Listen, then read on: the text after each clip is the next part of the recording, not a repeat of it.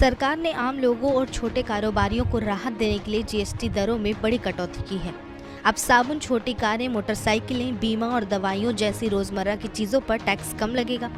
पहले 4 तरह की टैक्स दरें थी, लेकिन अब सिर्फ 5% और 18% 2 दरें ही होंगी।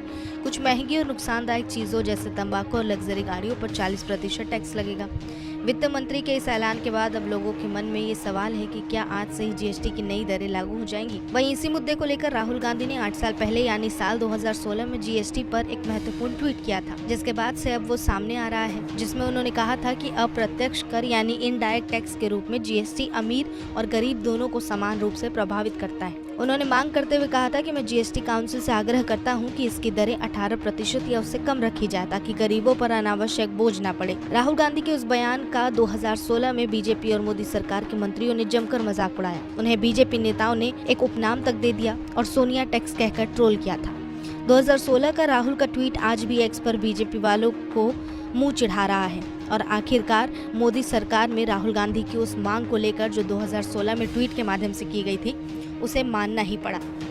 प्रधानमंत्री नरेंद्र मोदी ने 15 अगस्त के दिन ही लाल किले के प्राचीर से ऐलान किया था कि दिवाली से पहले जीएसटी में राहत मिलने वाली है। पीएम मोदी के ऐलान के बाद से ही जीएसटी को लेकर तरह तरह की अटकलें लगाई जा रही थी, जिसके बाद जीएसटी परिषद की बैठक में टैक्स स्लैब को 4 में से 2 में घटाने का ऐलान कर दिया गया। सरकार की तरफ से बताया गया कि ये बदलाव 22 सितंबर यानी नवरात्रि के पहले दिन से लागू होगा। केंद्र सरकार ने हेयर ऑयल, साबुन, shampoo, toothbrush, toothpaste, cycle, tableware, kitchenware और अन्य घरेलू सामानों, पैकेज नमकीन, भुजिया, sauce, pasta, instant noodle, chocolate, coffee, संरक्षित मांस, कॉर्नफ्लेक्स, मक्खन, घी आदि जैसे लगभग सभी खाद्य पदार्थों पर जीएसटी घटाकर 5% कर दिया है। The leadership of Honorable Prime Minister Narendra Modi ji, the Finance Minister Nirmala Sitharaman ji decided to give reduction in the GST slab. This is a very good move by the government because everybody was expecting a reduction in the GST.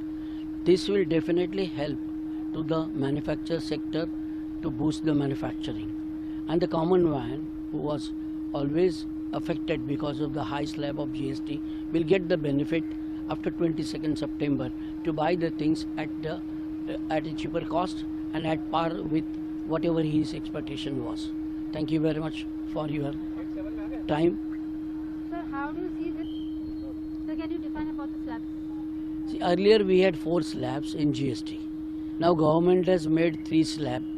Considering and talking with the industry and with the common people, I'm sure the decision whatever has been taken by the government will definitely help the common man and the industry, and both will be very happy. This will also boost the manufacturing sector, and the purchasing power of every common man will be increased. So he will be definitely happy.